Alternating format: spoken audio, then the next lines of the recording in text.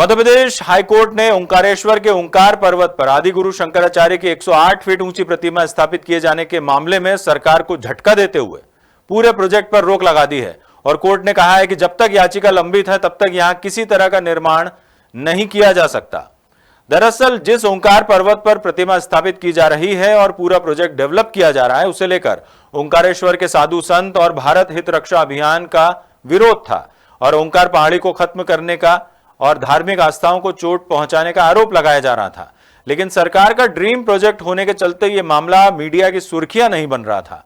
लेकिन 10 सूत्र ने इस मामले को उठाया, न केवल उठाया, प्रोजेक्ट को लेकर क्यों हो रहा है विरोध, प्रोजेक्ट से क्या हो रहा है नुकसान, इन तमाम पहलुओं को लेकर खबरें भी बताई।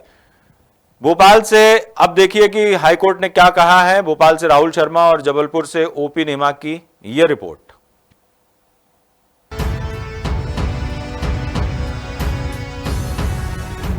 ओंकारेश्वर के ओंकार पर्वत पर इसी जगह आदिगुरु शंकराचार्य की 108 फीट ऊंची प्रतिमा स्थापित होने वाली है। इसे स्टैच्यू ऑफ वननेस का नाम दिया है, लेकिन ओंकारेश्वर के साधु संत और भारत हित रक्षा अभियान समिति से जुड़े लोग इसका विरोध कर रहे हैं। विरोध प्रतिमा स्थापित किए जाने को लेकर नहीं, बल्कि इसके स्थल को लेकर था। सभी का कहना था कि इससे धार्मिक आस्थाओं पर चोट पहुंच रही है, क्योंकि पूरा ओंकार पर्वत श्रद्धा का केंद्र है और एक तरह से स्वयंभू शिवलिंग है। पर्वत का जो प्राकृतिक स्वरूप है वो बनाए रखना एक आध्यात्मिक दायित्व है हम सभी का, और इसी को ध्यान में रखते हुए और हाईकोर्ट ने भी आदेश दिया था एक याचिका पर कि इस पर्वत पर जितना अतिक्रमण है, कुछ भी वन निर्माण है, उसको हटाया जाए, और उसकी प्रक्रिया चली भी थी कुछ समय पहले। पर अभी ये परियोजना आ गई है तो एक प्रकार से तो शासकीय अतिक्रमण हो गया उस पर्वत पर। इसके लिए पिछले दिनों भारत हित रक्षा अभियान ने आंदोलन किया था। ओंकारेश्वर, खंडवा, इंदौर में रैलियां की और धरने तक दिए थे, लेकिन इसके बाद भी जब सुनवाई नहीं हुई तो भोपाल में भी आंदोलन किया। इसी दौरान 10 सूत्र की आंदोलन से जुड़े लोगों से मुलाकात हुई और इसके बाद 10 सूत्र ने ओंकारेश्वर जाकर इस प्रोजेक्ट की हकीकत अपनी आंखों से देखी। आंदोलन क्यों किया जा रहा है ये दिखाया।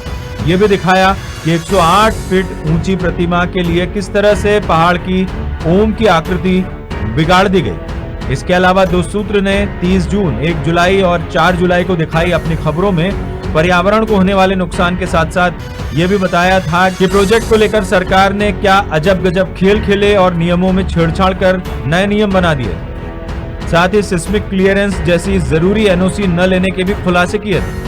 इसी बीच लोक हित अभियान समिति की तरफ से एक याचिका इसी मामले को लेकर हाईकोर्ट में दाखिल की गई, जिस पर शुक्रवार यानी 8 जुलाई को सुनवाई करते हुए हाईकोर्ट ने कहा कि जब तक मामला लंबित है तब तक प्रोजेक्ट के निर्माण कार्यों पर रोक रहेगी। न्यायालय द्वारा नोटिस जारी कर जो भी संबंधित पक्षकार है, सरकार है, उससे जवाब मांगा गया है और शासकीय अधिवक्ता को यह भी निर्देशित किया गया है कि याचिका के लंबित रहते हुए वहाँ पे किसी भी तरह के निर्माण कार्य पे अभी कार्रवाई ना की जाए, कोई कार्य ना कराया जाए। साथ ही कोर्ट ने संस्कृति विभाग के प्रमुख सचिव, पुरातत्व, मूर्तिकला और संग्रहालय इंदौर के डिप्टी डायरेक्टर समेत Khandwa collector, divisional forest officer और राजस्व विभाग पुनासा के सब डिविजनल ऑफिसर को नोटिस भी जारी किया है।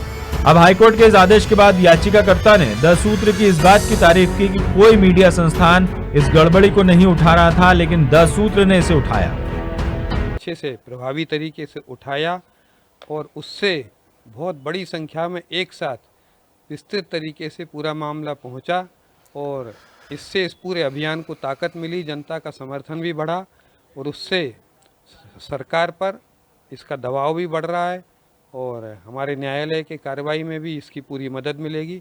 अब सरकार को इस पूरे मामले में कोर्ट को जवाब देना है।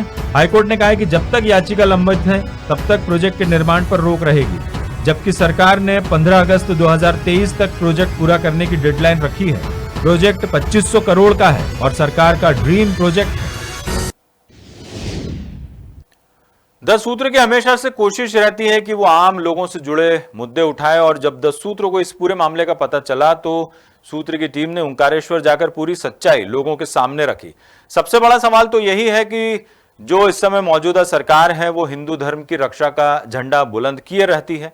आखिरकार वो हिंदू धर्म के सबसे पवित्र स्थान को इस तरह से बर्बाद करने पर क्यों आमादा है? जो विरोध हो रहा था वो इसी बात को लेकर हो रहा था। बहरहाल मामला अब कोर्ट में है, इसीलिए कोर्ट ही इस मामले में फैसला करेगा। द सूत्र की खबरों को देखने के लिए प्ले स्टोर और एप्पल स्टोर से डाउनलोड करें हमारा ऐप द सूत्र। आप हमारी खबरें thesutra.com पर भी देख सकते हैं। Social media platforms Twitter, Facebook और इंस्टाग्राम पर भी हमें फॉलो कर सकते हैं। साथ ही यूट्यूब पर भी हमें सब्सक्राइब करें। यदि आपकी नहीं हो रही कोई सुनवाई और आपके पास है कोई खबर, तो हमारे व्हाट्सएप नंबर 70000024141 पर भेजिए और बनिए हमारे सूत्र।